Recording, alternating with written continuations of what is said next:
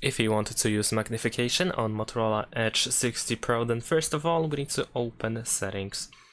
Over here we're gonna scroll down in order to find accessibility, and then you should be able to find magnification over here. First we can enable the shortcut, which allows us to use this button that triggers magnification. Once you see this orange outline, it means that you can now use the zoom.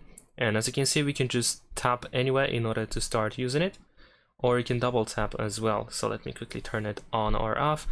So we can just zoom in, zoom out pretty easily. You can use the pinching gesture, you can move around with 2 fingers. Usually you can also do that also with just 1 finger. Over here we also have some instructions, so we can tap the screen once to zoom in, use 2 fingers in order to move around, we can pinch to adjust the zoom, and then we can tap on the button in order to stop zooming. And that's it. Thanks for watching, leave a like and subscribe.